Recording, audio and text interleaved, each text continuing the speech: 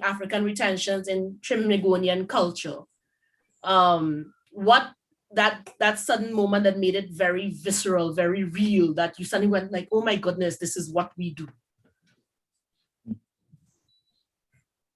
Throwing it out. Is anybody answering? Yes, anybody.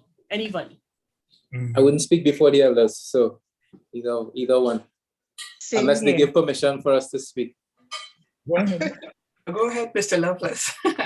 The last time I saw you, Earl, was in Tobago when we were receiving an honor. It's a pleasure to see you again. Right. I mean, what was my aha moment?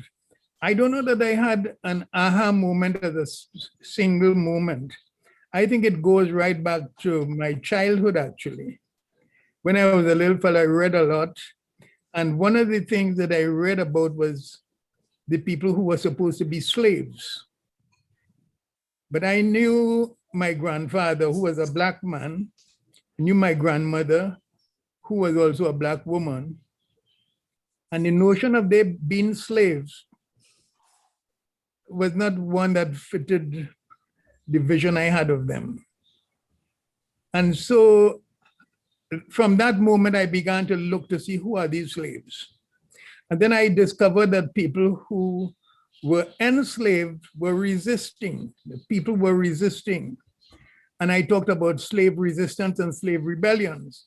But slaves don't resist and rebel. Slave is a condition that you accept. But Africans here never accepted that condition. And so that has been my struggle, if you want. So that has been my aha moment, and also helped to determine the space from which to engage being African in the Caribbean. I'll go after Earl. Like you, Earl, I don't think I have an aha moment, but when I looked at the questions Kayla had sent, I recalled in Tobago, so this is going back at least 60 years, we lived in Rockley Vale, Scarborough, and 2 Coptic priests were visiting and staying in our home, 2 Coptic priests from Ethiopia. Now, at the time, I didn't know anything about it. I remember they wore these long black robes, they had these long curls. And in fact, one of them wanted my mother to promise my older sister to him in marriage. So it's only years later that I began to put it together that it was part of that movement with Garvey and connections with the Coptic Church. The other moment is the Calypso Congo man. So by this time now, I've moved to Trinidad. We moved, the whole family moved. And I remember that Calypso, and adults, I was about 13, adults would laugh at it because it was very salacious. But there was something about this Congo man and him singing about Africa. And what was that all about? And, you know, all the tropes later on, I look back about cannibalism, but he was saying something else, you know, because at the time, the Congo crisis was going on and so on. So I would say that would be the other sort of moment, if you want to say. And then just the language on the street when we moved to Trinidad, just hearing the way people spoke and so on, it was very kinetic and energetic. So yeah, those would be my 2 moments. And I think that going to tranquility, and you know, Earl talked about this idea of slaves and slavery, and we were singing Britons never, never, never shall be slaves. I was about 8. And I just knew in my little body that something didn't make sense with that. And again, many years later, I go back to that moment to realize what it was I was feeling. So I think we pick up this legacy of resistance very, very early on. A teacher at Bishop's telling us, looking at us and saying, everybody else has a history except for you people. Remember that very clearly, very, very clearly. So those are some of the, you know, the sort of points that sort of have come together for me in the work that I do. Right. And actually, so in a sense, I don't know that we're dealing necessarily with African retentions as much as with Africa's presence. We don't have anything to retain. we are here and we have been here for 400 years, and we have done a whole number of things which we have not, a lot of us have not acknowledged. And this is part of our presentation for the movement. This is what we are engaged in at the moment. It's not so much in recalling something that existed and makes us feel good, but dealing with our presence and our presentness. Mhm. Thank you. Don't, Zara and Mohammed, don't be afraid. Come on, jump in. I think I relate to what both the elders have said, because when I thought about this question as well, it did start with my childhood and with me remembering all the influences that I had from playing mass at a young age, from being involved in carnival, from going to calypso competitions and other things that were cultural, never explicitly called African necessarily, but just always there and always part of my upbringing. And I don't think, when I was thinking about this, I don't think it was until I got to university that I actually had a language for it. I guess more of an academic language for it. I remember, something that I remember as I was thinking about this is looking at the film Sankofa by Haile Gerima. And at the beginning, there is a man covered in clay or mud and beating drums. And I remember seeing that video in my early 20s and saying, well, oh, this is Juve. And it was something that, that's the first thing that I connected with in seeing the film. And it just, heightened my consciousness of, how, as the elder just said, how present we are and how much we've retained, really. So that's something that I thought about with it, definitely. My beginnings are a little different. I was born into a very militant Islamic community, and it was a group of Black men and women who, seeing the East Indian version of Islam and being kind of racially profiled by the East Indian community, they wanted to show that their Islam was just as strong as everybody else. And so what they did is they took a very Arab approach to their Islam, so much so that they excluded their own Africanness. And my father was someone who, he wasn't about that. So he brought drums into the community, and it was this big debate for years as to whether the drums were haram or they halal. Every Eid, he would bring out the drums and we would play these drums. And all these little children who don't know nothing about Islam or Arabs or nothing, but they're African, they come out and they're dancing. And it's to see some of their parents coming and the little girls whining and jumping all over the place, not knowing anything of the world or what they should do or shouldn't do or how they should praise God or not praise God. And to see their mothers who have covered themselves and have bought this version of religion, trying to hold them back. And these same children running out of their arms, And I remember just looking at this from a very young age and saying, there's something here. I don't know what it is, but clearly something is here. And it's very real and it's very present. And I kind of always come back to those moments of my, without knowing anything about it, yearning to be close to the drums, to play drums, to dance, always. And that was before I knew anything. I didn't know nothing about Marcus Garvey, Haile Selassie, nothing. I knew nothing. But I knew what I felt at that time. And as I get older and I look back at it, I understand it a bit more. So I can't really say I had an aha moment in terms of that, but that was the first moment of a strong feeling of a thing that I didn't have any control of, but was embedded in me. Mm-hmm. And I kind of start with that question because for a lot of Africans living outside of Africa, and I'm not just going to limit it to Trinidad, they don't have that recognition. And for some of us, it comes at a very specific moment. Like for me, I was aware it was an intellectual understanding of my Africanness. I was aware of it. You can't go to Howard and not be, kind of groomed in that way. But it was not until I did my first Emancipation walk in 2009, we reached Frederick Street, and I look across and I see this woman in this mint gown and a burgundy gilly. And I was like, where am I? Because I was in Lagos, I was in Accra, I was in Johannesburg, I was everywhere, all at once. And after reading Soyinka and, these different African texts is suddenly, it became very, very visceral, just beyond knowing to feeling it. And it's always interesting to hear the journey people in the Caribbean, especially, because we are still in a phase where we don't want to talk about, if we say it's African, it's suddenly not Trinidadian. So it's very interesting to track that consciousness and how it grows. And maybe because like your community, Mohammed, I'm a bit militant and I'm looking for ways to spread that recognition.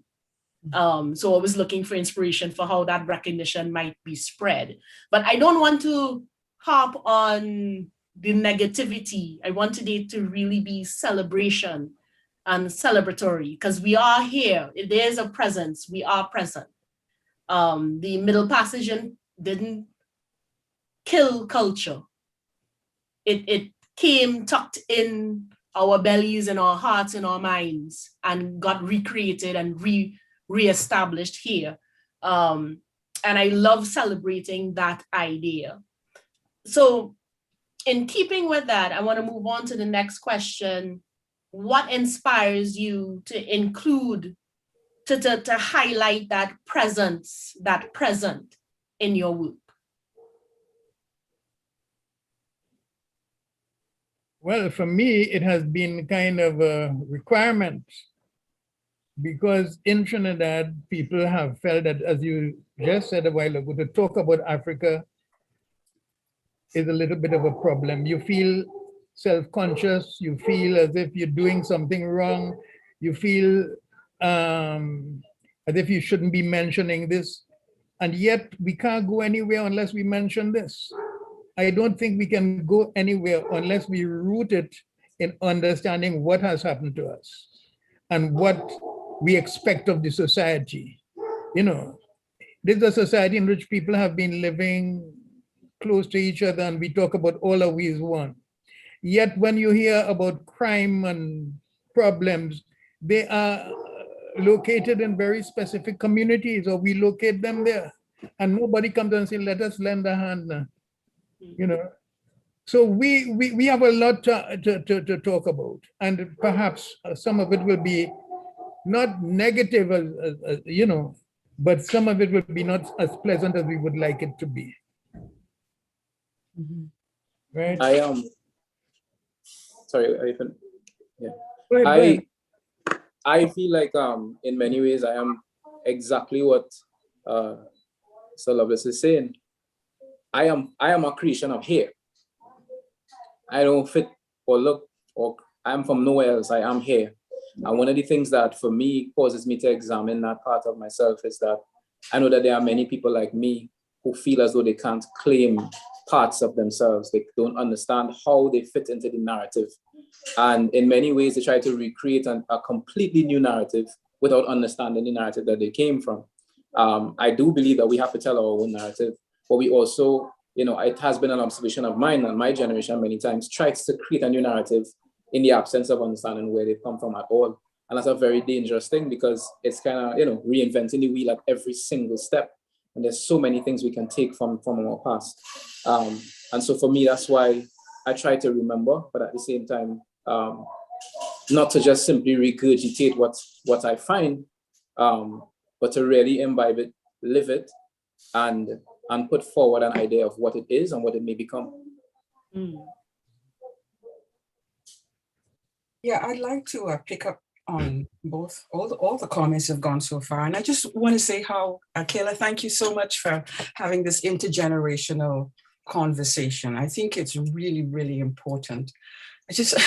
I was working on an essay for the last couple of days, which still isn't done, and something I've never done before, because there was this live stream of these people talking about trauma, and it was going to be cut off last night. So I was working on the essay and I had the live stream playing.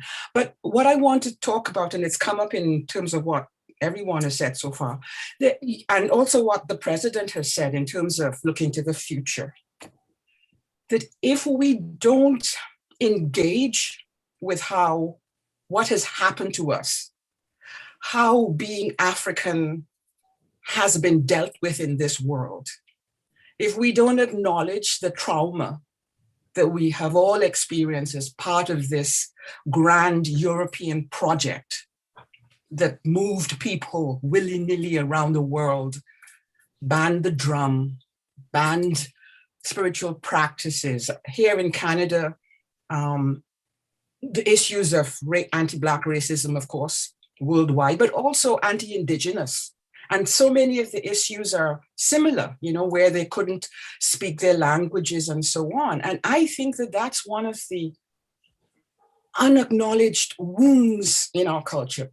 And that until we sit and to go to what the president said, I think I wrote many years ago when I was leaving law to write poetry, that it is the poets, the griots, the storytellers, the dancers. We are the new healers, so to speak. Yes, we need the lawyers, the doctors, the engineers. Those are really crucial as well. But in terms of healing the soul, I think that we have to look at this, and that no amount of money thrown at the problem, there's no amount of money that can compensate us for what's happened to us.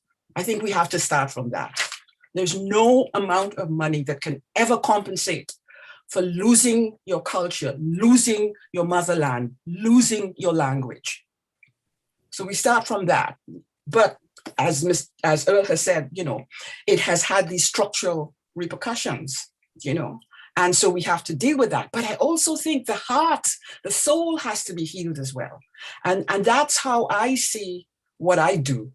It's speaking to that. And that is both to respond to what Mr. Prasad said, which I think is really important. But that is, I don't see the past, present, and future as separate. I think they all exist at the same time. Like Zong, which is the book about these people thrown overboard, that was 240 years ago today. It is still happening in the Mediterranean today. Mm-hmm. That's past, it's also present. And it will be future unless we change it. But we can't change it unless we acknowledge it. So that's, for now, that's how I see. As you see from my hands, I get very passionate, and I hope I don't start crying at some point, because it always brings me to tears. Yeah. Right. In terms of acknowledgement, for me, when I saw this question about exploring African in your work, one thing that came to me is that I take erasure very personally. So when I write the stories, you know, I explore personal stories in my work. I explore the stories of my ancestors, of my family, of my community, which is primarily African. And you know, I take erasure personally because I am here and I have a story. And for a long time, they've tried to erase us. You know, just as what has been said by the other panelists, they've tried to make everybody else has a history but you people, that's erasure. And I take that personally. So with me writing the stories that I do write, it is me saying I'm not going to accept erasure. I like that. Go ahead, sorry. Pick up really quickly on what Zara said. I don't know about anybody else, but I, for one, I'm so tired of hearing the same stories as well. I'm tired of it. Like, I am sick and tired. I turned on Netflix the other night and they're retelling the story of Troy again, some whole series. I don't want to hear that anymore. I'm so tired. How many times are you going to tell the story of Snow White? How many times are we going to go to the movies and see Spider-Man, another Spider-Man? You know? And I think, again, for me, a part of what I do, which I think is important and many people scoff at, is that we have to make the culture cool. It's a very big part of it, right? Because the young people are looking to the mass media to say, oh, this is cool or that's cool. And the artists are the ones who do it. And this way, you know, in my line of things. And we have to make that cool. We have to make them want to know about their ancestors and want to know. So not just putting it across like, you have to know what this is, but you want to know what this is, don't you? You know, I am tired of the same story over and over and over again. And for me, that's one of the reasons why at every turn I'll interject. But I think that part of our heroism is in keeping alive Africa. And yet when we look at it when we come to talk about it, we're comparing it with Europe, and we're comparing it in terms of our education. Our education has been about erasure. Our education has been about minimizing and belittling. You know, that has been our education. And so the people who have stood up against it, and they look insignificant and they look small because they have been small in terms of the society's presentation of them. You know, they are not the scholars and so on. We have lost, I think, more in terms of scholars than in terms of anybody else. Because the scholars have had to agree with the values that they were being indoctrinated into. We have a very serious questions, and we have to address them. We have to go into them. You know, right. At some point, sorry. Sorry, go ahead. No, I was going to say at some point I was going to read something here because I saw that as part of your. I not only encourage you, I thank you, I implore you, please do. Go Right. ahead. All right. And this is really what we've been saying. This is from SALT, right? Watch the landscape, and it's speaking to the whole business of what you call it. Well, I forget what word I'm looking for, right? Watch the landscape of this island. He began with the self-assured conviction that my mother couldn't stand in him. And you know that they could never hold people here surrendered to unfreedom. The sky, the sea, every green leaf and tangle of vines sing freedom. Birds frisk and flitter and whistle and sing. Just so a yardcock will drop his chest and crow. Things have their own mind. The rain decides when it's going to fall. Sometimes in the middle of the day, the sky clear, you hear a rushing, swooping song, and it fall down, and whoops, it fall down. Other times it's set up whole day, and when you're sure that now, yes, it's going to fall, it just clear away. It had no brooding, inscrutable wilderness here. There was no wild and passionate uproar to make people feel there's beasts, to stir this great evil wickedness in their blood, to make them want to go out and murder people. Maybe that madness sees Columbus and the first set of conquerors when they land here and wanted the Carib people to believe that they were gods. But afterwards, after they settle in the island and decide that yes, it's here we're going to live now, they discover how hard it was to be gods. The heat, the diseases, right? I will read it other part and another little interval because, you know, right? But this is saying from the, presenting the idea from the very start, we never accepted this idea of unfreedom. And this is our journey. And to bring freedom not only to people who have been shackled, obviously, but to the society. This society is a society have been going on in the same kinds of ways for a long time without changing anything, without questioning anything, you know, without criticizing anybody who they erect as important, you know.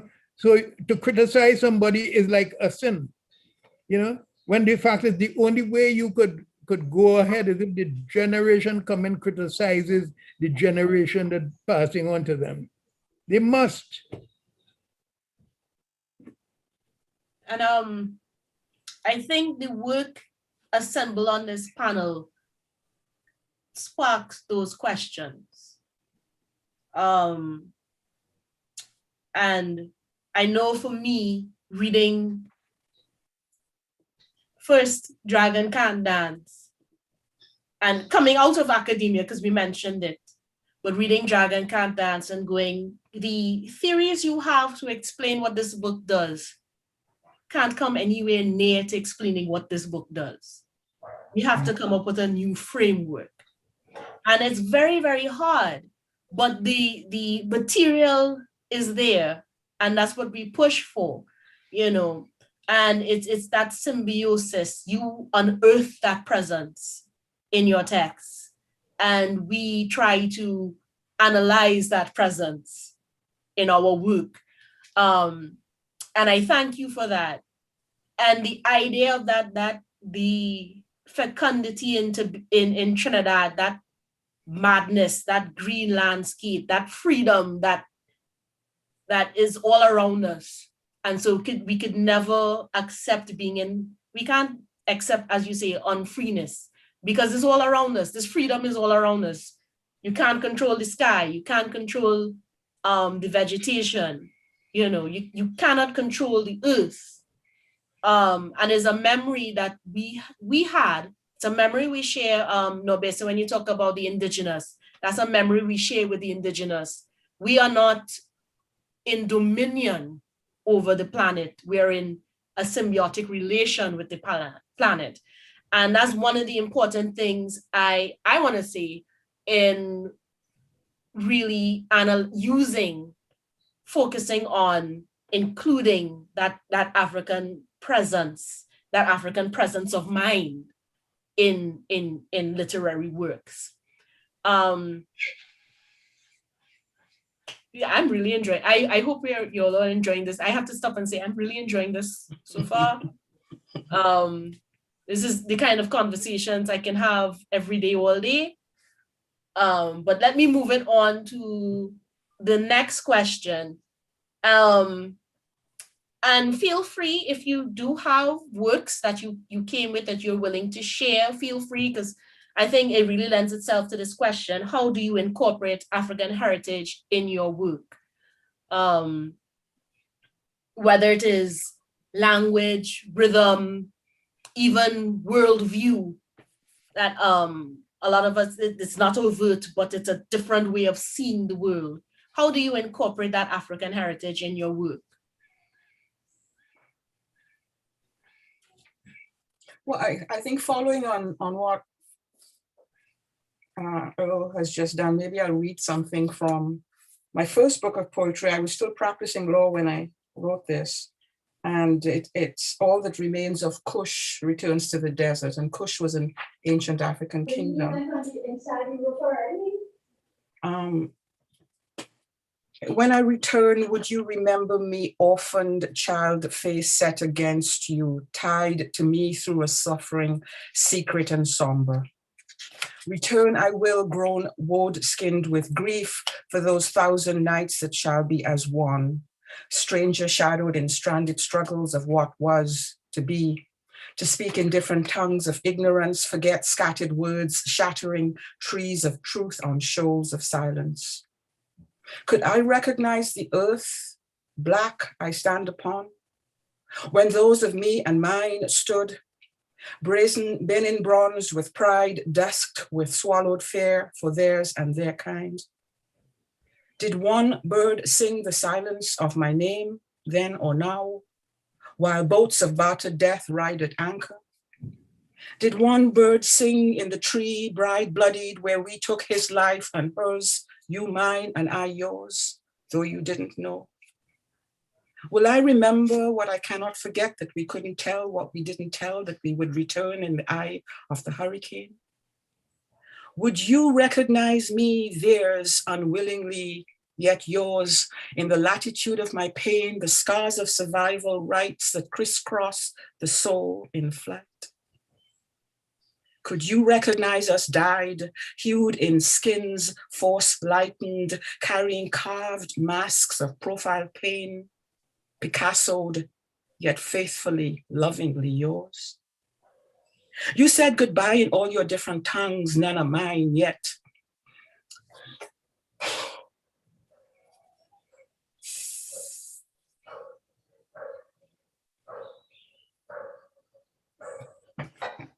It's okay. Go ahead. We're here with you.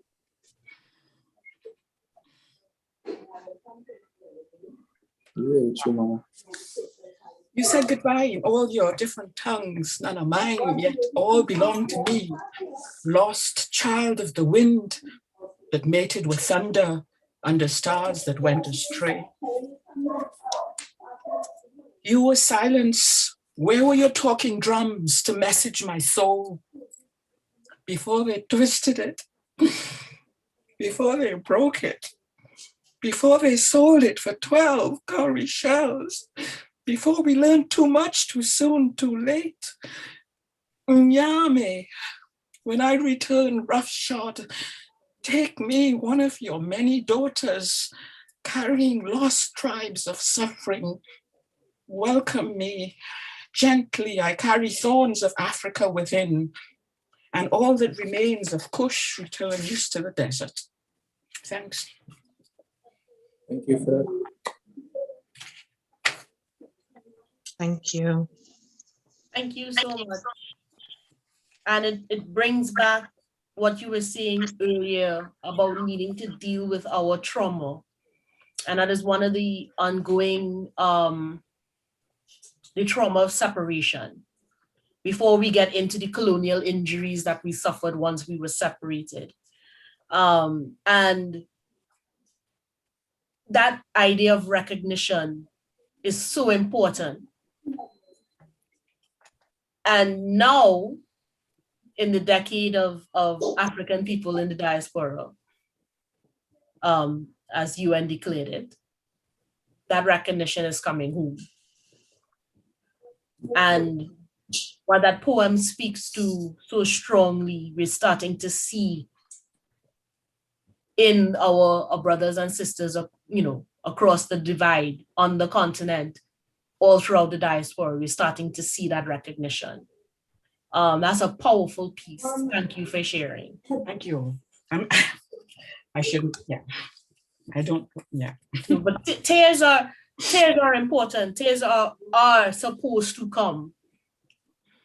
That is our release as well. So, thank you. Virtual as you be in your fullness, you give us permission to be that way as well. We don't need to hold anything back. So if that's the starting point with you, then we could go. If we need to go now, we could go. I have something I'll share as well. Just before you start, I just want to throw it out to the audience. Sorry, being a bad hostess. Throw it out to the audience. Please feel free. Send us your questions, whatever questions you have as we go along, and we will get to them in the question and answer section. Sorry, go ahead, Mohammed. That's okay. One of the things, a while ago, I was asked to create backstories to imagine backstories for carnival characters. And one of the characters that I imagined a backstory for was the Dame Lorraine. So I did the Dame Lorraine, the Blue Devil, the Bat, and the Moko Jambi.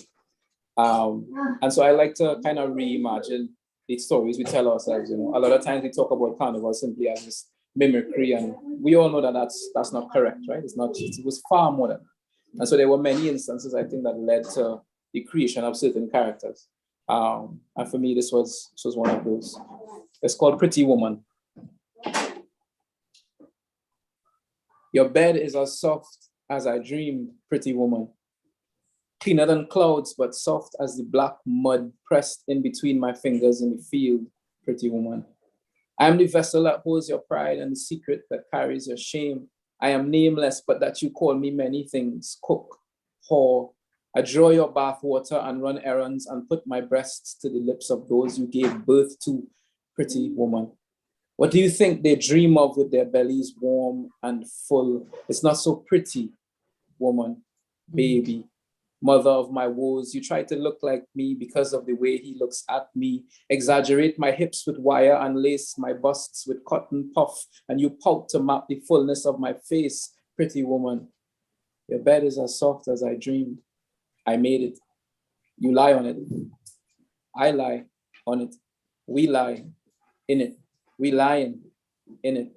I take care of your sons who will own my sons and your daughters who will seek them out in heated summers to lie with and then lie on and then lie about and have them ripped for lying, pretty woman.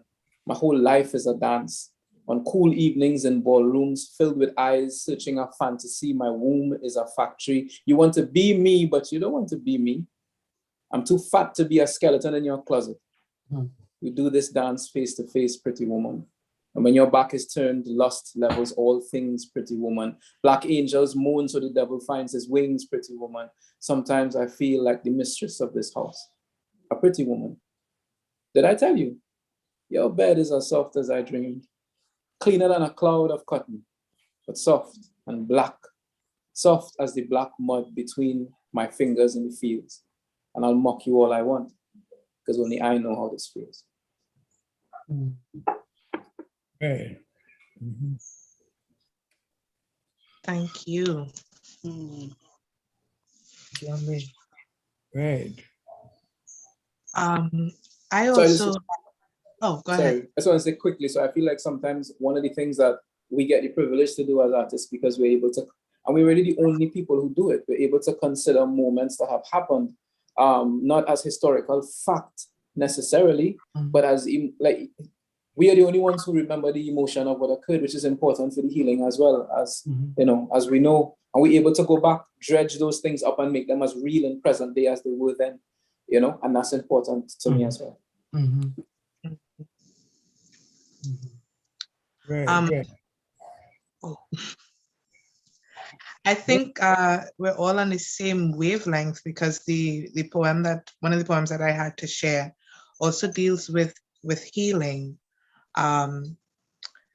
So Kella, I can share now as well. Go ahead. All right. This piece is called Self-Care in the Afterlife. When your money long, you can do things, make yourself comfortable. But if it's short, buy your time, heal in heaven after. Till then you bathe in red lavender and blue soap, light white candles on mornings, pray cloaked in the faint smoke of protection and rosa. Prayers, deep down in the prayers, pay bills through Jesus' name, bond and buy. Tomorrow, please the Lord. Your nails did and hairdo, deep condition once a month. Hire purchase and susu your way to the edge of luxury. Keep a slave band in savings for each child. Create. You create space. You create home. You create and wait for heaven's gate to open. Thank you. Lovely. Thank you. So, I'm really, thank you for sharing, all of you. I don't know if you want to read your second piece now, Loveless. Yeah, I could. Or if you do?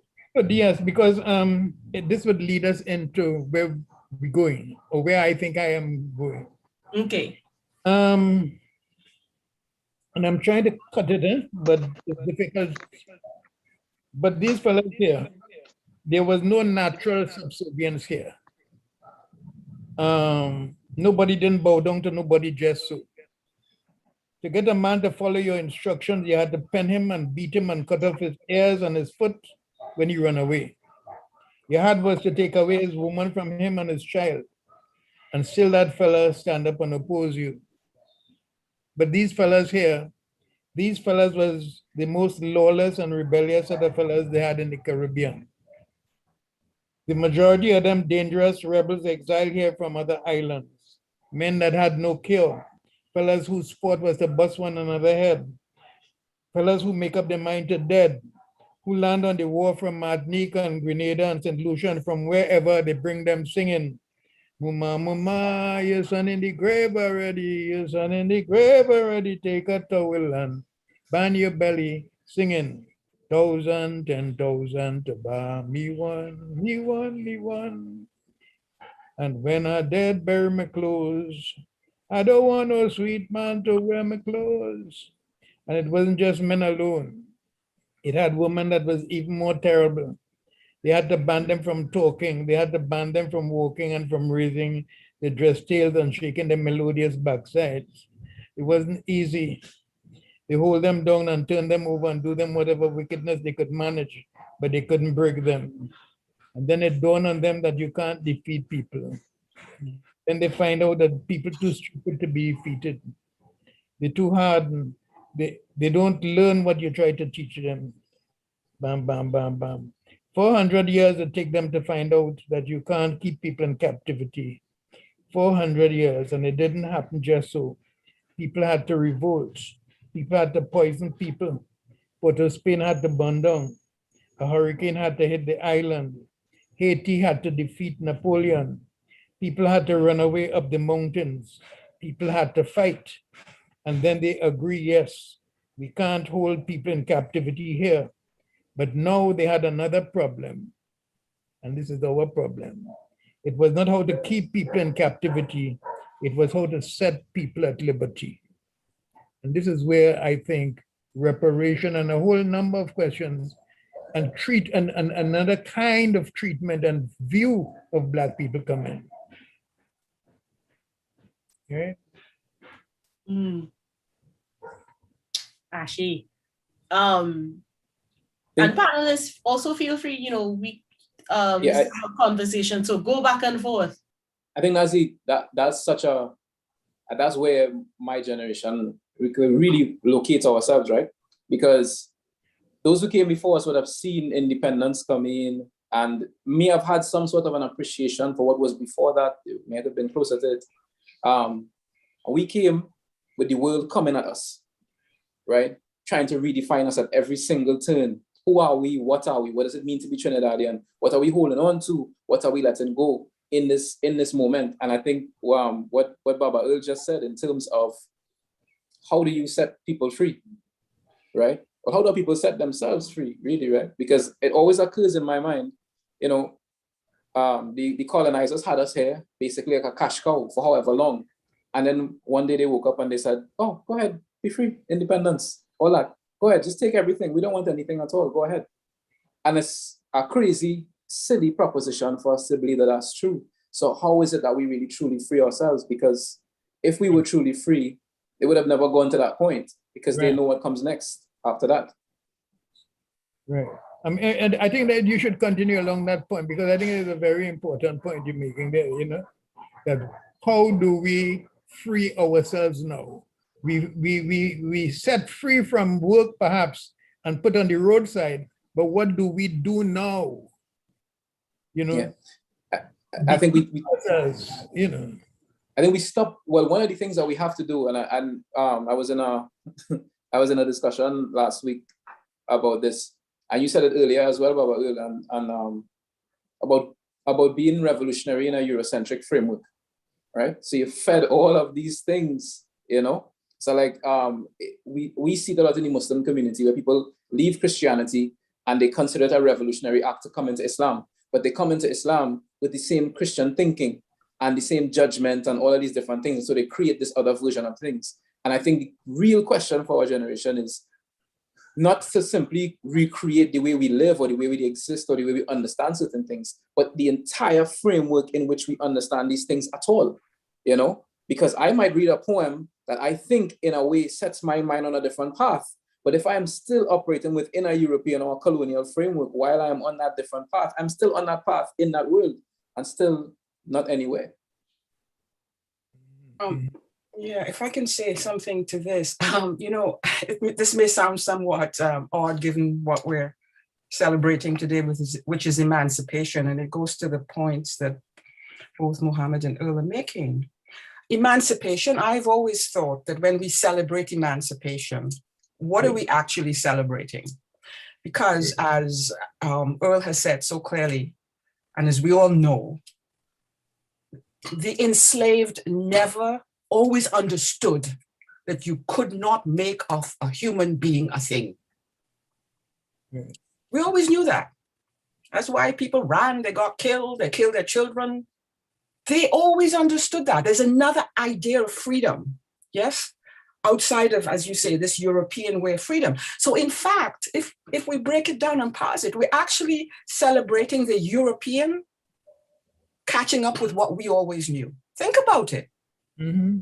We are, now, this is not to say we shouldn't celebrate it, but I think we have to unpack it because we really are celebrating their understanding of what emancipation is, which is that you can't make of a human being a thing, which is something we always knew, which is what Earl just read from his work there. People refuse to be subjugated. So I think for me, that's always been something that is always niggling there at the back of my mind.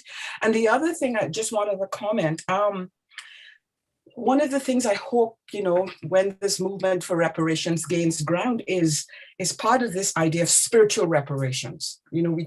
Because again, we can't just locate it in the transactional, the commercial, because what was stolen from us has to do with our languages, our cultures, even accepting African spirituality, which is all of us know here today, is still seen as that's some kind of devil thing, by some people.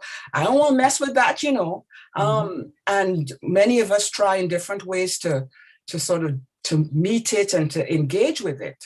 But we're also aware that there's always something there, and that's come from that European culture, that this is not good, there's something linked to the devil. Issue, which I've been doing a lot of reading about. Issue is often associated with Satan.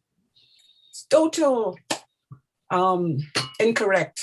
It's all about possibility. To talk about African retentions, every New Year's night, my mother would walk to the crossroads, Earthick Road and Archer Street. She'd make the rice and peas, and then she'd walk down to the crossroads and walk back, because the new year, it's the cross, it's the location of potentiality and possibility. And as a writer, what I grieve sometimes is because we aren't taught these things, you have to go looking for them, that many of these resources, like, we don't even have access to them for our work, I think of a artists like Basquiat. Basquiat drew on a lot of the African symbols from Vives and those kinds of things, but it's such a rich aesthetic resource that even apart from if you want to practice voodoo or obeah or any of those, practices, it's there for us that I would urge us to sort of look at some of those things, because it can enrich our lives. Right.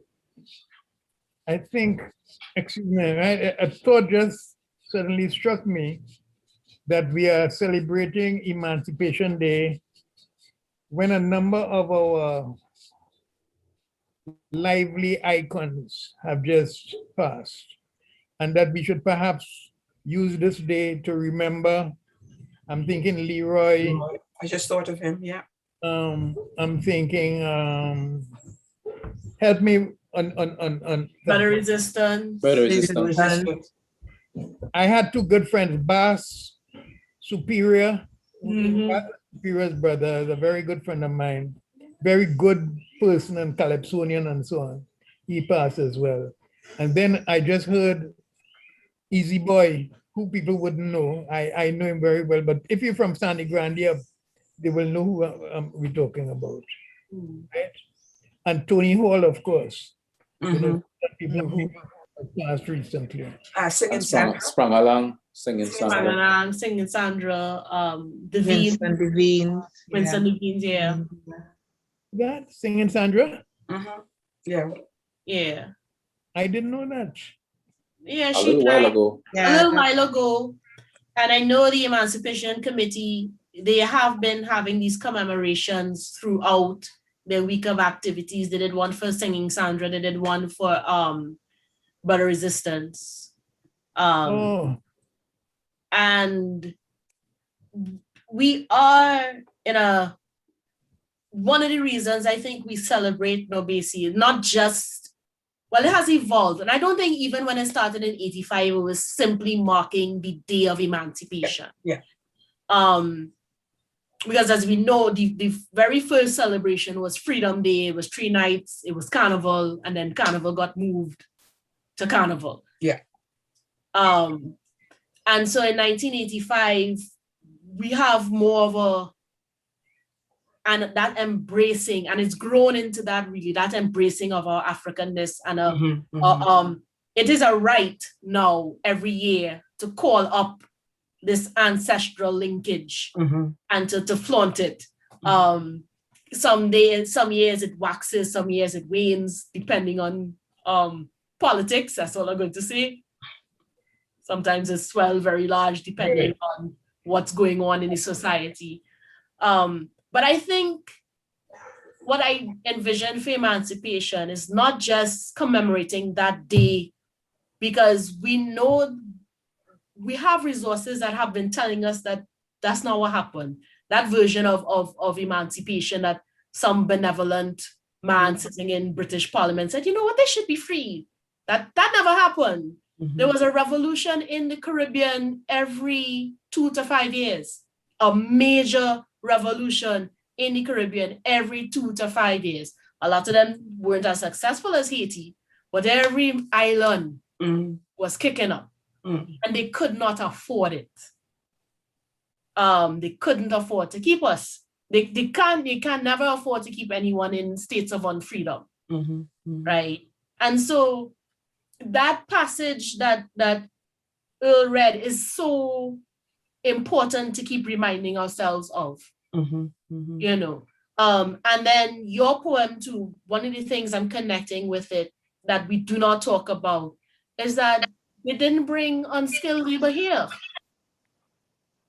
Why do you think it's called the Gold Coast? Why do you think they went to the Gold Coast? Because they didn't know how to mine for gold. They didn't know how to grow cotton. They didn't know how to grow rice. They didn't know how to grow sugar. They didn't know how to do anything. They needed our expertise.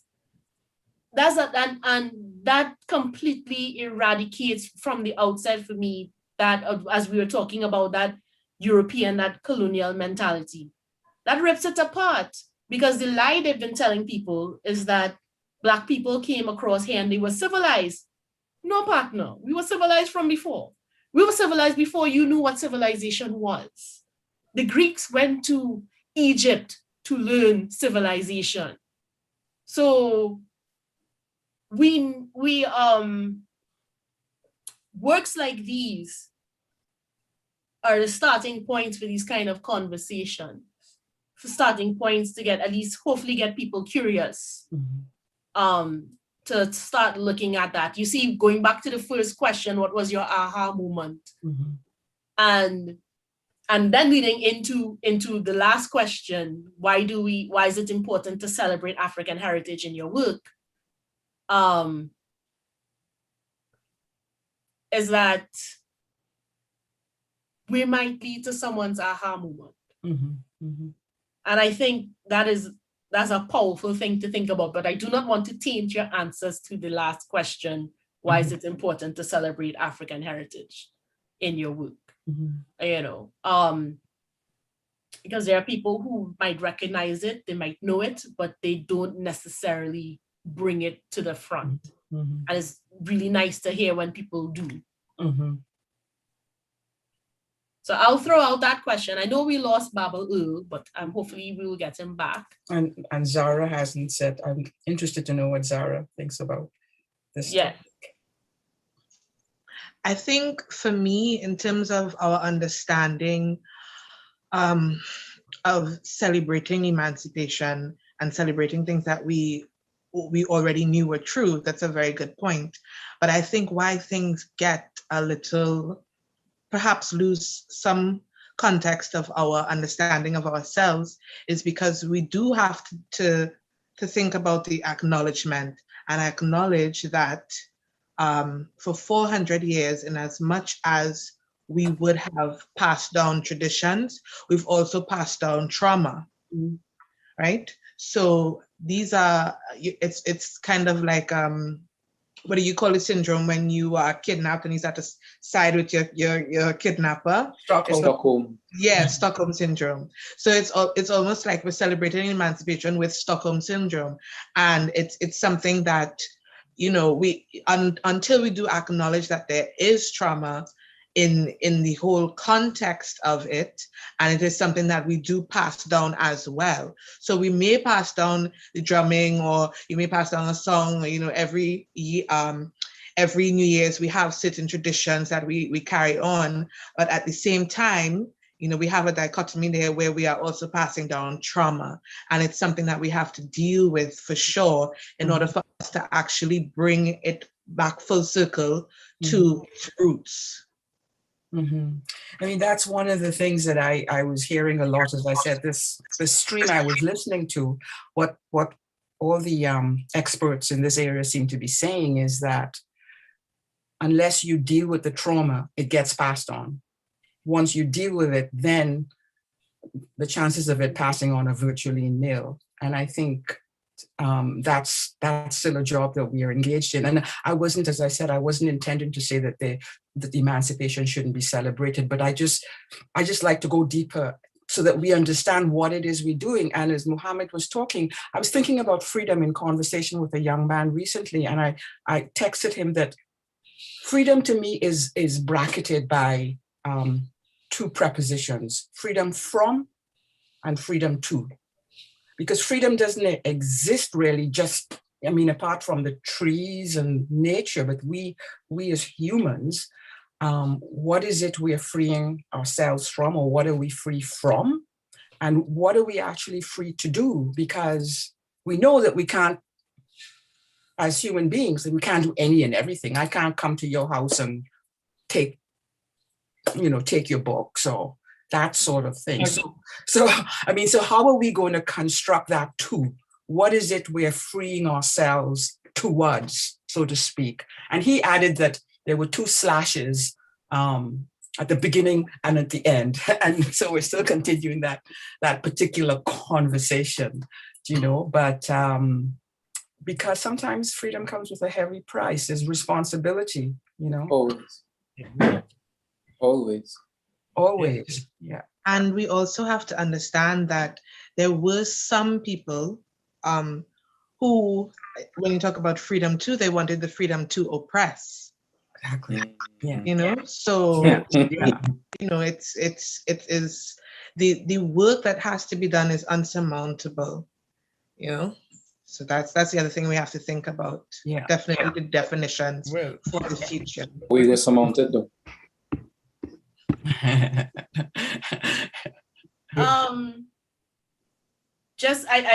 I'm noticing one And comment that came to me. Connection is unstable. All right. And they're talking about freedom in a pandemic, but freedom isn't physical.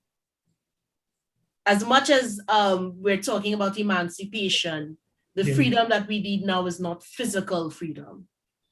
It's a spiritual or a mental freedom that we're still struggling with.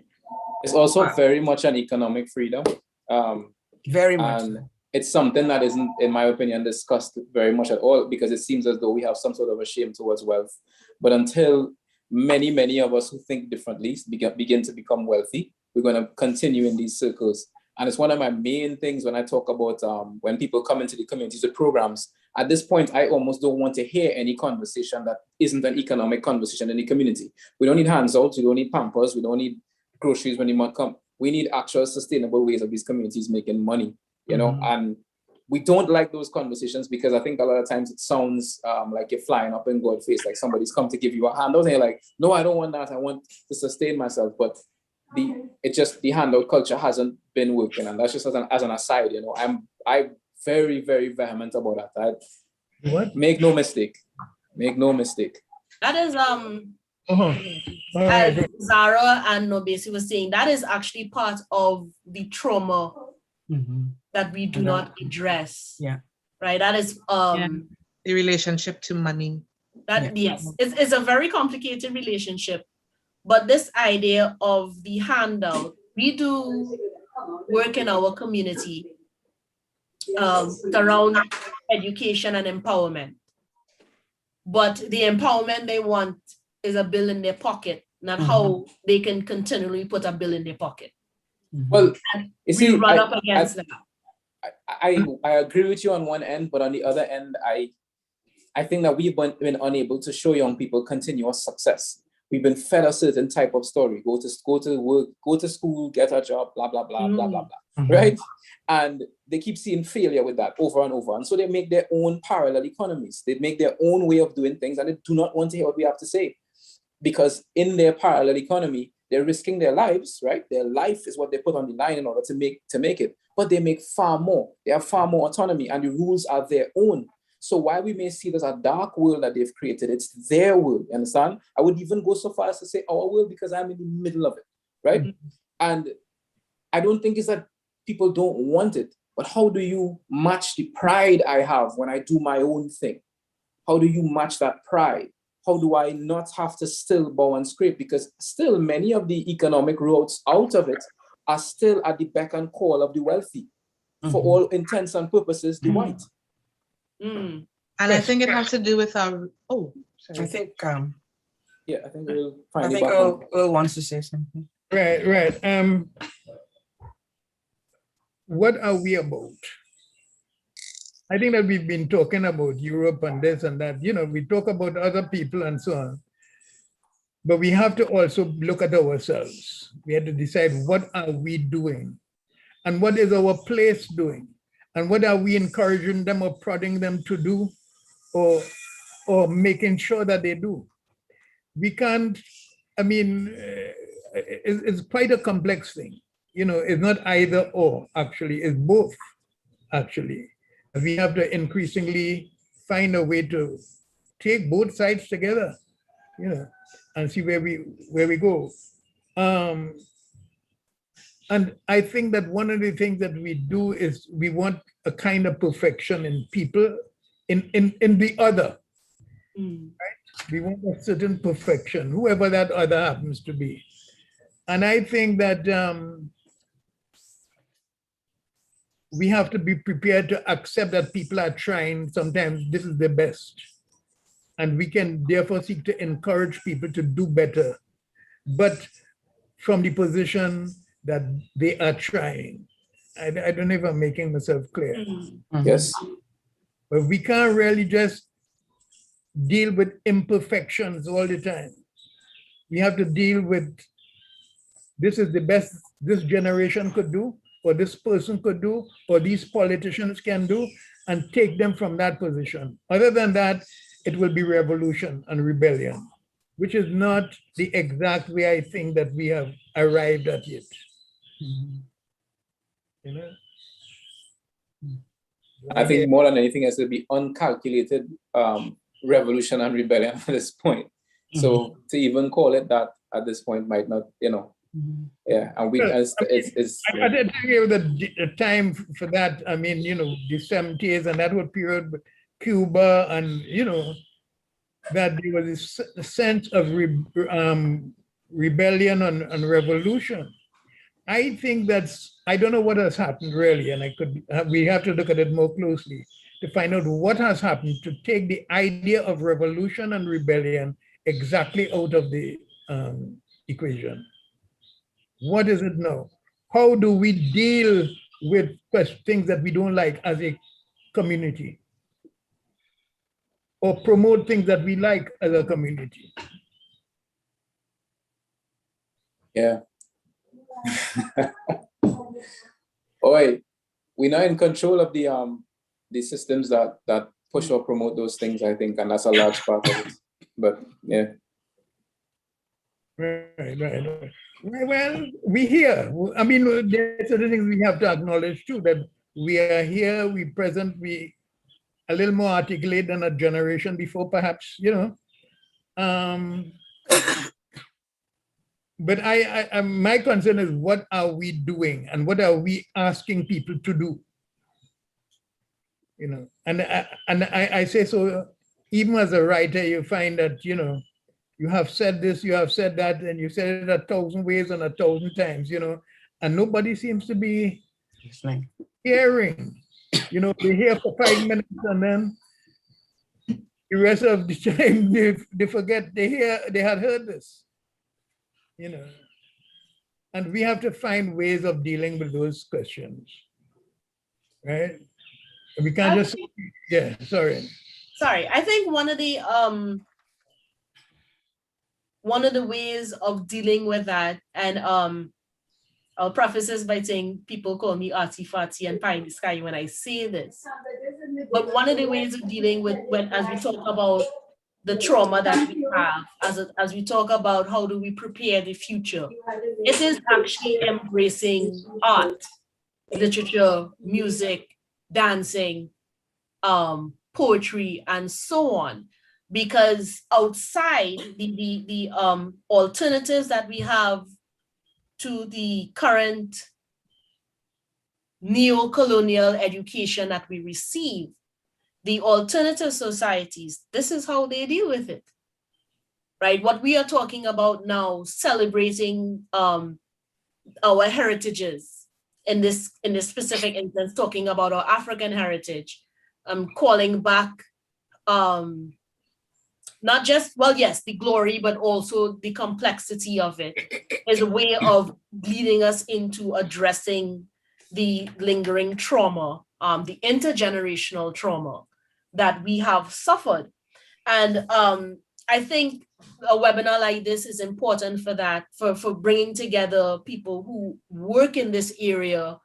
And as Nobese said, this is intergenerational and deliberately so, right? It is a continuous work. Revolution is continuous. And we might wax and wane. I use that term already, and I'm hitting myself for doing that, using a term twice. But anyway, we might wax and wane in terms of our numbers, but I don't think the revolutionary spirit completely extinguishes. I think there might be a time when the environment is not receptive enough. But I think that like the Olympic flame, it might pass from one person to one person, then suddenly burst, flare out, die down, and come back. And one of the things that as I go on that learning is that we can't stop. Even if it's a revolution of one, keep it going. Yeah. It does kill you. It will sooner or later. It might kill you, but to sound pessimistic, but a rich life doing something of purpose, even if you think you're just writing a poem, that is actually doing something of purpose. If that poem can inspire someone else to see the world in a new way. I want to wrestle with that a little bit, and not to be cantankerous, but I really want to wrestle with that a little bit. I think that we've said that too many times, and we've played into a small place sometimes. I didn't come here for that. Yes, I am here to carry on a legacy but I'm also here to break that possibility, to break the back of that possibility by whatever means I can, to put myself in a place where after I'm gone, that's no longer said. And I just keep asking the universe, how do I do that? How do I be an artist, but at the same time, set an example of how a young Black man within our society can become wealthy and influential in that type of way? How do we change the sound of soca music, which is the popular music, to get the message into that space? How do we change the sound of dancehall music to get the message into that space as well? Not rocking back on my heels at any point in time, you know what I mean? And it's not to say that I'm going to achieve any of those things, but leaning forward into it completely, not resigning myself in any way, shape, or form to die. Like, that it may kill me. So can I ask you, Mohammed, when you say, is the goal that all young men or young people should be wealthy and influential?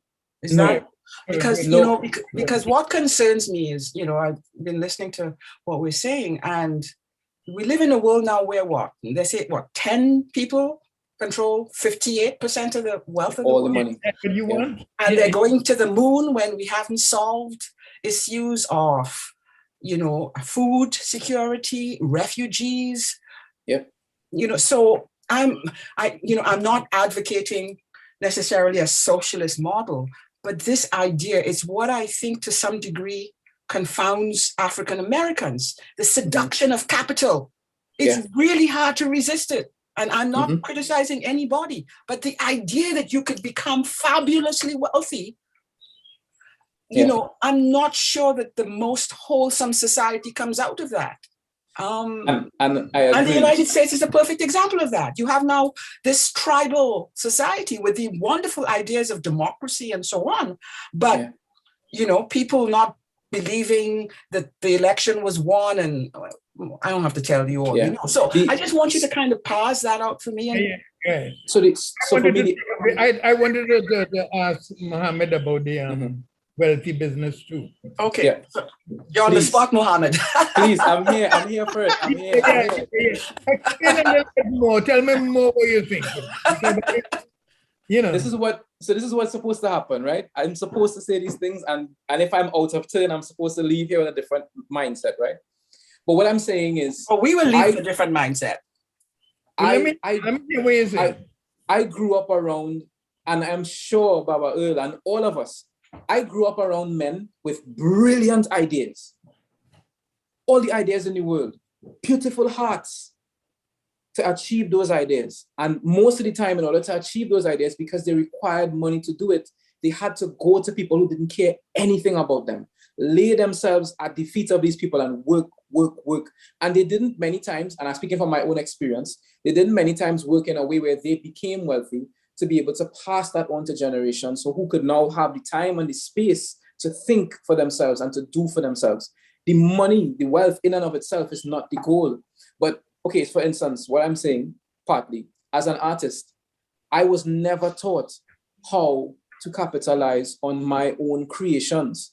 So we came into a space and I had a white man approach me, a French native living in Trinidad, not calling anybody name, approached me with basically a slavery contract, right? Who basically wanted to own me for 7 years. And it seemed so lucrative, it seemed so beautiful, that had I not had the wisdom, I would have signed myself away. And so many young men and women who are artists, they do that. And what I'm saying is, I feel like the point needs to come where there are enough of us who have the right idea about how that goes. When I go into a community, I just started renovating a property up in St. Augustine. You go into that community, the woman next to me, her house, there's a landslide and the house is falling down. If you don't know someone who can allocate the power or the funds to fix that problem, then you're in a problem and you have to go to someone who doesn't care about you. So for me, it is us collectively creating a space where we no longer have to go to anyone to solve our problems. And I'm not saying for me to personally become wealthy is my goal, but for enough of us to be able to self-determine in this type of way. Well, right, I think I understand. I would see it like, maybe you should buy a piece of land, or you would ask young people, what do you have in that sense? So what are you working for to buy a piece of land so that you can, this kind of arrangement can take place, you know? Yes. And I agree with that, but it's a different thing wanting to be wealthy. Mm-hmm. You know, wealthy is an ideological position in, you know, as opposed to get into a in which you can live and which your fellow man can live. And you feel that sometimes, and I understand what you're saying, you feel that it's better you come to me for the loan than to go to somebody else. You know, if it is a loan you want, or it's better that I help you than you go to somebody else. You know, it's better I own this than somebody else own it. You know? Better we, you know, better we own it. You know? But I think that we have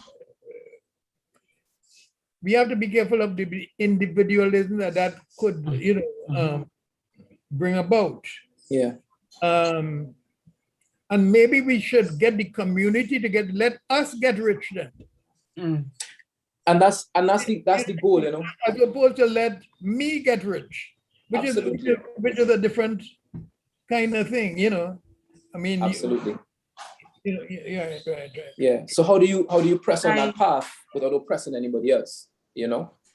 I think that, if I could just interject, part of the reason why we might have problems answering this question about what wealth should look like in a community or individually is because one of the places that artists and writers fill an important position is through pushing people's imaginations. And from the past trauma that we've had, one of the effects of that is that people cannot imagine a world that's different. So you would ask people to imagine a world without money, and they can't do that. You know, the first thing is, well, how would we do? What would be the negotiation? How are we going to get things or do things or live, right? So you can't imagine a world without money. You can't imagine a world without oppression, or you can't imagine a world without having to continuously rebel. So that's one of the places that we fill. And that may be one of the reasons why it's so hard to answer these questions when it comes to money, because it's almost like it is unimaginable. Yeah. And you know, it is such a difficult, like I said from the very beginning, it's such a difficult and touchy thing to talk about, because often, like myself, even as I'm expressing it, what Baba Earl just said is a far better way to express what I just said, right? So now as I go forward, I understand it's a better way to express what I just said. But there will be risks even to the self in pushing forward in those types of ventures, you know? And I think you have to, I understand what you're saying, you know. I know you do. I know. In an area that, because we haven't, what is the young lady's name again? Zara. Zara? Zara. Yeah. Zara. I thought I knew Zara, you know. Zara, you're Gordon? Yes. I thought I knew somebody else by the name, that same name. She was Zara. Well, we've met a couple times, but All right. I used to be a journalist. So I am a freelance journalist. So I've spoken to you once or twice. Right. All right. Well, sorry, you know. No problem. I wouldn't forget. No, of course. Yeah.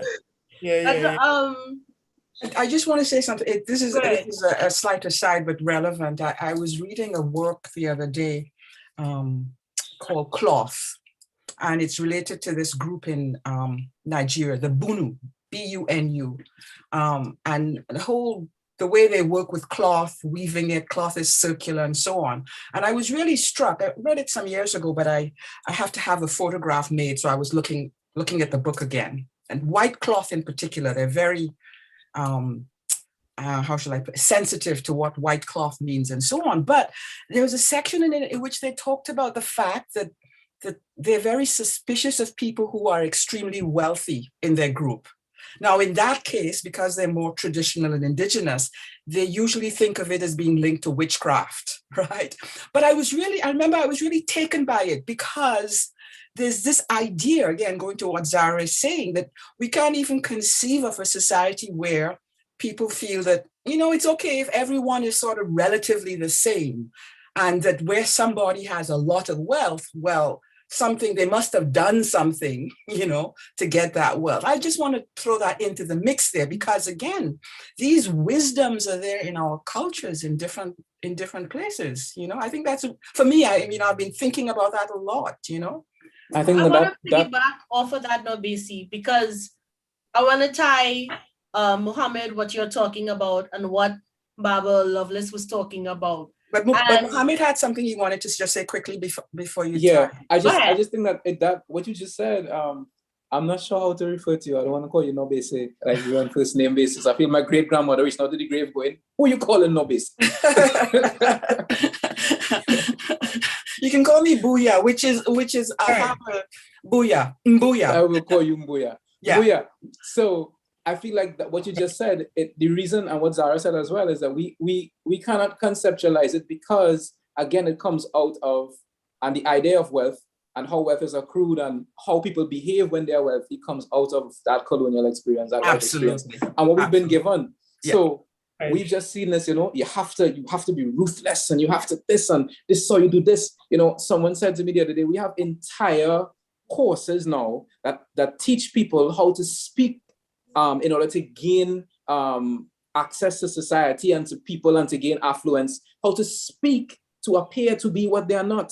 Yeah. You know, public speaking courses that tell you how to speak, not how to be, how to, you know. Mm-hmm. And I think that's what comes into play there. It's the same framework again that we're looking at it through, like, okay, this is the framework. Not that one of us rises, or we work at something and then we rise and we say, right, we are good here. We can be okay. Let's fix the ones right below us, right? And then they pull up, and then there's more of us now, and then they pull up, and then all of a sudden there's 400 of us. You know what I mean? Now they have a problem on their hands.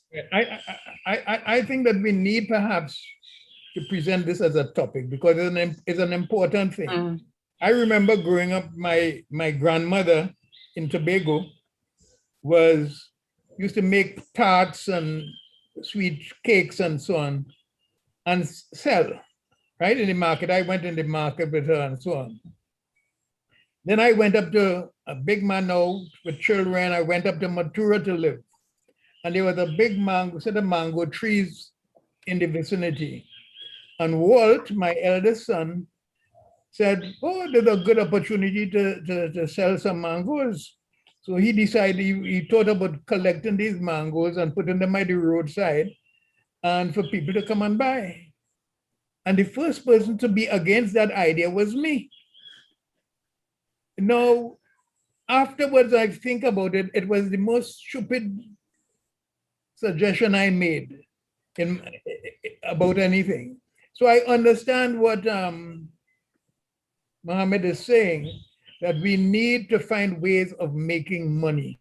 Now, the word money doesn't have a nice song to it. And perhaps that is what some of us object to, you know. But we need to have a community must have wealth in order to proceed. And we have to encourage people, one, to pursue that wealth. And two, we have also to encourage them to pursue community. You see, maybe it is not just pursuing the wealth as an individual. It is the community. But within the framework of a community. Yeah, and if I might add one thing, because I think we tend to, as a people, beat upon ourselves about, you know, we have to remember that those countries that are wealthy today, Correct. got it through, it's a kind of witchcraft, right? Like they exploited us. Correct. That helped to build the foundation of their wealth. Right. It just didn't come like that. So I think we have to, you know, because I do it, we all do it, you know, why aren't we doing better? You know, we need to get rich and so on. And I think these ideas are wonderful, you know. Yeah. Sorry, Kayla, you were going to pull things together. Well, first, we've gone past the time for question and answers, but we haven't really been getting any questions outside, so that's fine. But we are almost running out of time. And so before I give the vote of thanks, I would like to do go around and do one-liners. And right before I do that, to tie all of this up, because we touched on education, we touched on reframing how we see the world. And one of the interesting things when Baba Lovelace was talking is that I kept going, you know, we used to do Lanya, we used to do Lenhan, we used to do all these things that were about community wealth building. Right. And sharing. And the more educated we got, the more westernized we got, the more those things fell away. Deliberate means to prevent us from doing these things as well. I think we have to factor that in, that our attempts have been, you know, met with not welcome. Although we can't blame, you can't blame somebody against you, can't blame them. So,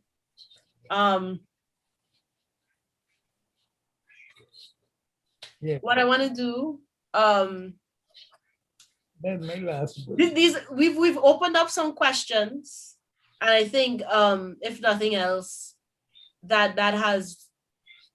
think we've achieved something very important today. In terms of both celebrating that very complicated, because it's not simply about putting on a galia and jumping up and going, hey, I'm African now. There are a lot of complexities that come with it. Even when we look at what's going on the continent, what's going on over here, there are a lot of complexities in that celebration. And not that we need to answer the question today anyway, but raising the questions are equally important. And I think this rich conversation that I don't particularly want to end, we have a couple more minutes. So let me do this first. We've started engaging in conversation, but I want to throw it out there. Do any of the panelists have questions for any of the other panelists? Maybe something we haven't covered so far, but you might be interested in poking a little bit. I know we all jumped on Mohammed about wealth and individualism versus communalism. That's a conversation that we needed to have anyway. But is there anything else, you know, that you would like to share, or any other questions you might have for anyone else on the panel before we start to wrap up? Has this been taped? Is this recorded? Yes. Good. Well, maybe you can look at the results of this and have them edited and see what comes out of it as well. That'll be one suggestion I want to make. I am just really, really keen to know what Mohammed and Zara, like what their experiences are, because, you know, I'm on the way out. And, you know, I am an ancestor in the making. And so I'm really intrigued, interested in what Mohammed had to say, like, because those are, you know, we have to start, as early saying, where the people are, you know, is that where young people are, you know? And I know, you know, they want the latest phone, they want this, they want that. What are they going to do to get it? You know, we are bombarded by this transactional type of life and so on. And I think we need to remember, and it's something, in your reading, and Kayla mentioned it, that, you know, people talk about the indigenous. And one of the things I say is that African people are also indigenous, you know, really. We're not from this part of the world. Everybody has been indigenous to some part of the world, some point. We were separated from our indigeneity, but we still maintain a lot of that. And I think if we can begin to return to some of those ideas, you know, the collectivity, the community, and so on, it might strengthen us. And I don't know, you know, what's happening on the ground, but I'm really keen to know what's happening with young people and so on, because I am filled with despair when I read about the situation sometimes in my beloved country. Yeah. I would, in my final thing as well, I would say to you, Mbuya, do not be filled with despair, because there are so many of us who have our eyes and our hearts very wide open. We have assessed the situation and we are trying to place ourselves firmly in positions and to attain the knowledge and the wisdom that we need to move the thing forward in a way that is beneficial to everyone, you know? And it does seem like something to despair about sometimes, you know, the media really plays it up. Yes. The media really plays it up. But there are so many points of light, even in the middle of all of that madness and that darkness. There's so many points of light, and there's so many young people who are waking up to what the reality is and what they need to get out of, you know? Okay. As I move through the different communities, I find so many young men and women who are willing, but don't have the means or even the understanding of how to get the means. And so one of the things we've mainly been working on is, there are people within the society who say that they want to help.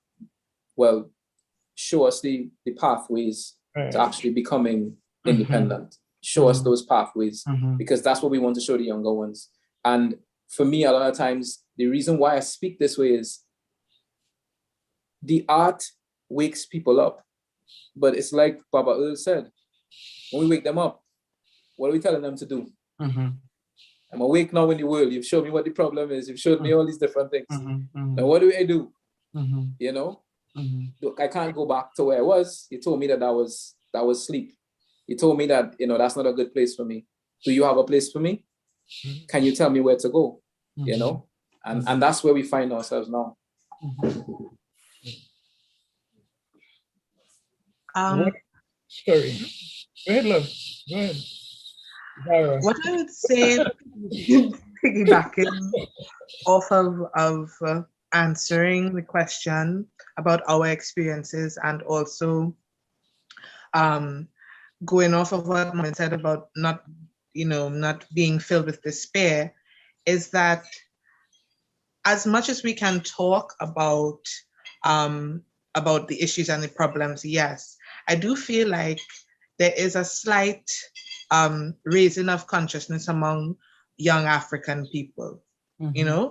So there's certain things that just are definitely off the table, definitely unacceptable. And there's also certain ways that, you know, people are changing their worldview.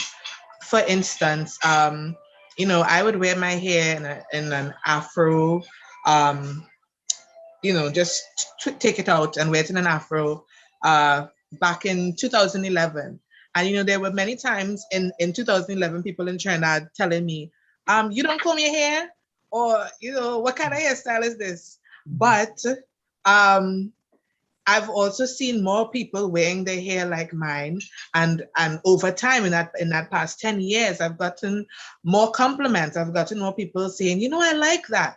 I want to try my hair. I'm going to stop relaxing. I'm going to stop doing this. And that's, one way or one example I can give that comes to mind of people changing their worldview about how they relate to themselves, and their Africanness.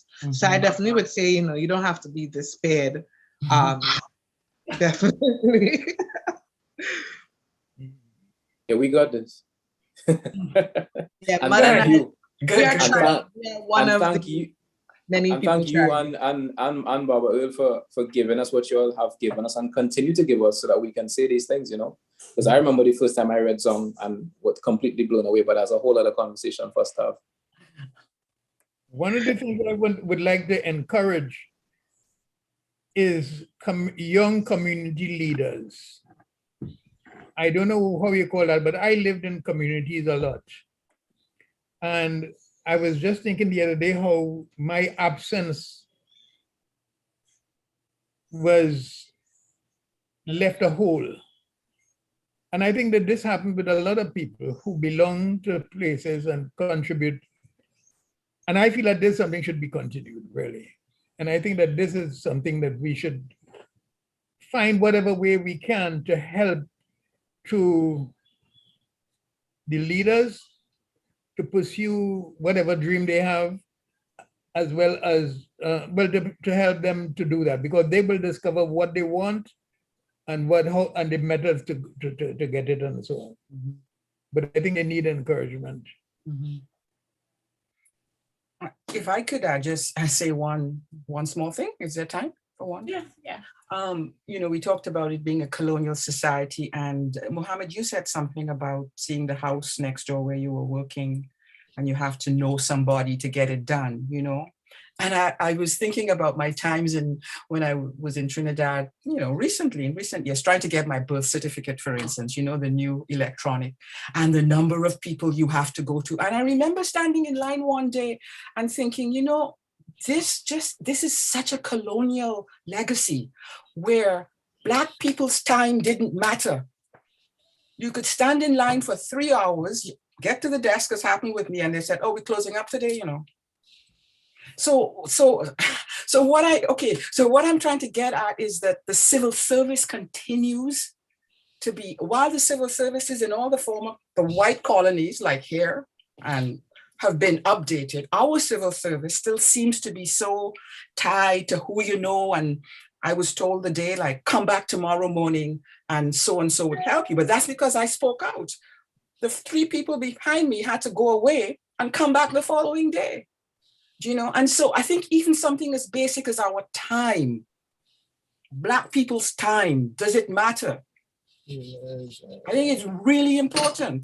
And you can see, to get a birth certificate, you had to buy the stamp in the Red House, remember, walk around the block. You couldn't even go through the building. You had to walk around the block to another office. And it's those kinds of things that I think that are for the older generation or the younger people who are moving into it now. We have to make those changes, man, because it's that as well that tells us we're not important. Your time doesn't matter. And time is all we have, really. It's all we have. Well, thank you very much, Kayla. Thank you. Yes, thank you. Thank you, everyone. Thank I you. have to say a very big thank you. I don't know if those were your one-liners and parting shots, but if you have one-liners and parting shots, please fire away. And then we will wrap up. My parting shot would be, we jamming still. Sure. Yeah, that's a good shot. Yeah. We jamming, right? The treasury could fall down. We jamming still. Jamming still. Yeah. Jamming still, right? Yeah.